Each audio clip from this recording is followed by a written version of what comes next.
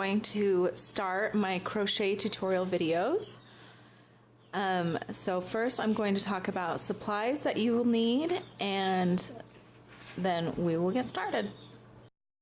I have been sewing for a number of years, so I've accumulated a lot of different craft supplies and lots of skills. So here is one of my designs. Her name is Susie Homemaker.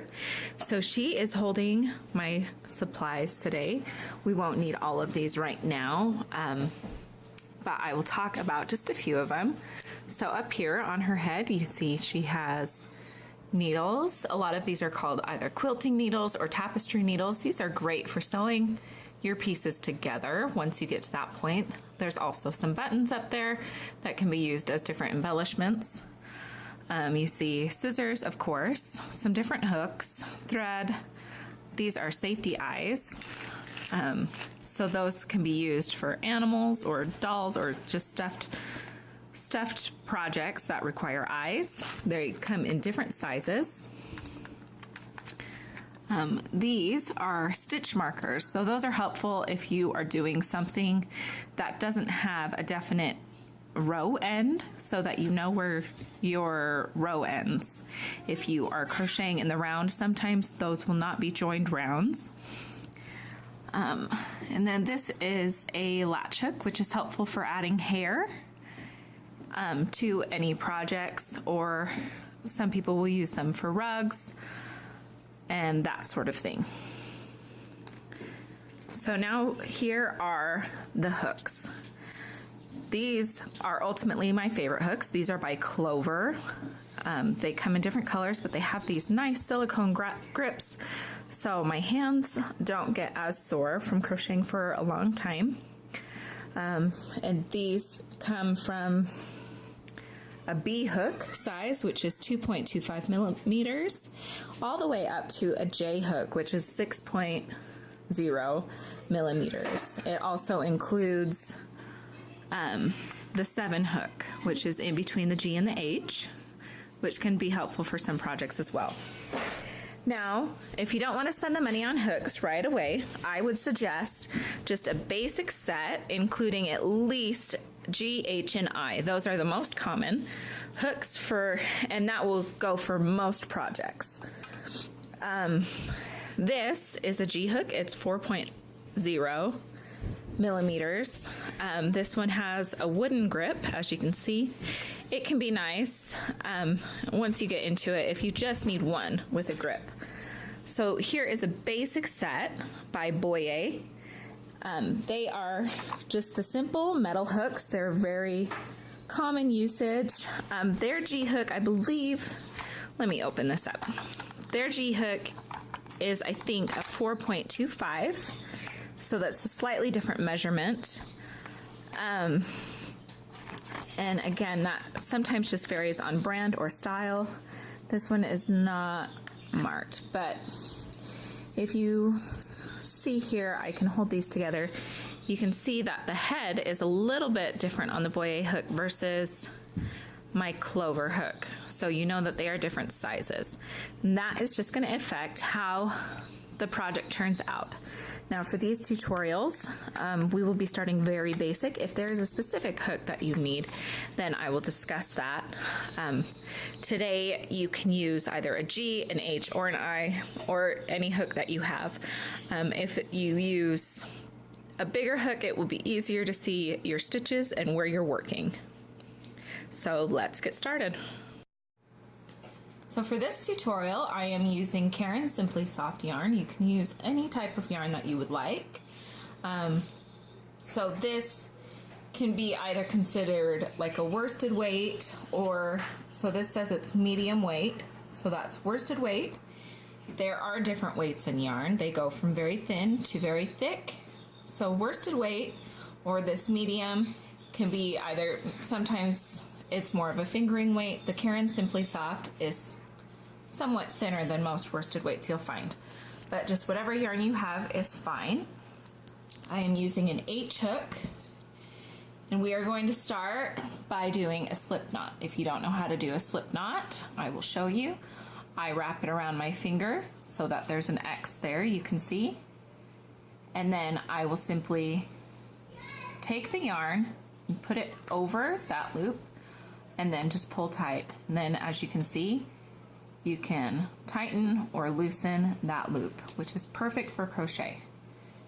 So now I will start by chaining. There are different ways to hold your hook.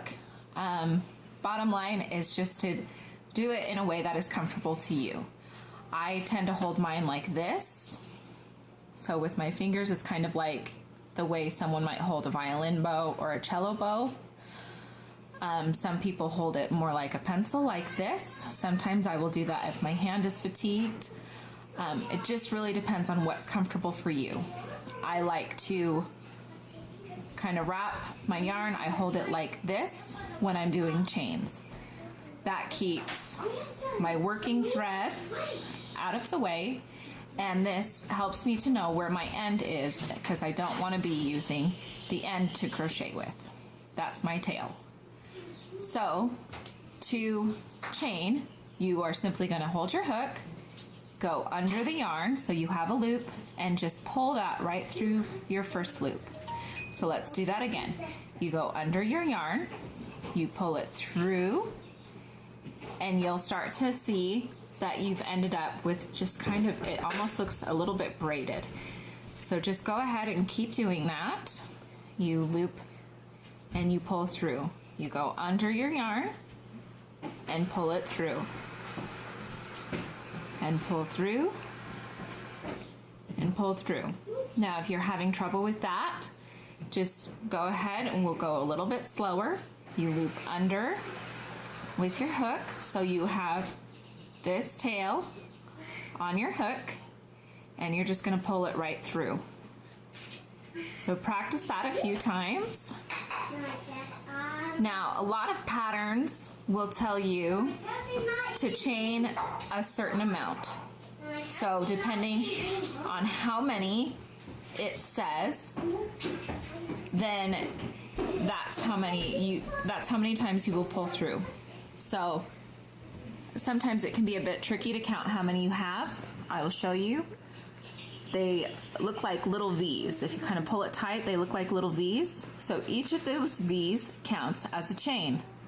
So I have 1, 2, 3, 4, 5, 6, 7, 8, 9, 10, 11, and 12 right there. Usually your ending chain will end up being your turning stitch. So now let's go ahead and we're going to single crochet across the first row. So I'm not going to crochet in this last little loop that kind of looks wonky. I am going to, in order to single crochet, you insert into your loop, pull one through. So see how now I have 2 loops on my hook. I'm going to loop under and I'm going to pull through both. That is a single crochet in the United States. So I'm going to go through the next loop, pull one through, loop over, and pull through both. Go into the next loop, pull through one, and pull through both. Go into the next, pull through one, and pull through both. So you'll see that it starts to just line up right over that. You'll see your nice looking stitches. And if yours is a little bit loose or doesn't look quite right, that's okay, just keep practicing. Again, go through the next, pull through, loop over, pull through both. Into the next, pull through one, pull through both. And you can see that my grip adjusts as I go, and as your work gets bigger, you'll find that that will just kind of change naturally, whatever's comfortable, however you need to hold that. And right now it might feel really weird to be doing this. It might feel foreign or uncomfortable, and that's okay. That's normal for beginners. And the key is to just keep practicing. Figure out what's comfortable for you and what works for you. Okay, so now I've reached the end of my row, and if you are unsure, you want to make sure that you have one less than what your chain was. So my chain was 12, so we will just count here. I have 1, 2, 3, 4, 5, 6, 7, 8, 9, 10, 11, and sometimes that first stitch will get kind of squished. You just want to make sure, especially when you're beginning, that you have the same number of stitches throughout. So that's how you single crochet into that starting chain. If you wanted to continue to single crochet, let's say you needed several rows, so you are just going to chain 1 there at the end. So I haven't done anything yet. You loop it over, you pull it through once, that's the chain, and then you go ahead and turn that. So now you will see that there's these little V's on top of your row, and that is what you are going to single crochet into. There are some different techniques and different stitches, but we're just going to do the basics for now. So you're going to go into this first thing. If you can see, I've gone through both of the top loops of this little V, so I've got that on my hook. I'm going to pull that through that V, so I have my 2 loops, loop around and pull through both. Again, you go through that stitch, you're going to pull through 1 and then pull through both. And you go ahead and keep it going all the way to the end, making sure that you have the same number of stitches. So that's 3 for me. This will be the 4th one. Again, you're going to go through, pull through a loop, loop around, pull through both. Go in, pull through 1, loop over, pull through both. Go through, yarn over, and as this gets more comfortable for you and you don't have to think about it, then you can go ahead and move on to my next video. But for now, let's just keep practicing this single crochet stitch. And see, I'm going to go through this last one right here. That looks a little small and weird. Go through that. Oops. That happens. Yarn over through both. Okay. And again, that was the end of my row. So I would chain 1 and turn. And sometimes some patterns will say that the turning stitch counts, and so you would skip this first one as well because your chain is counting as a stitch. And that's okay. You just have to pay attention to what the pattern says, and we will go over how to read patterns a little bit later after we learn all the basic stitches. So as you can see, I've got these 2 little rows. A lot of times one row will look smoother, especially in turning work.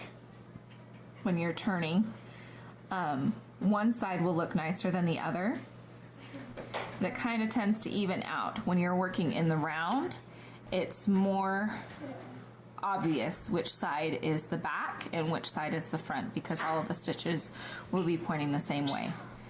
So feel free to keep practicing. Practice those chains, practice that single crochet, and when you're ready, we'll move on. Thanks.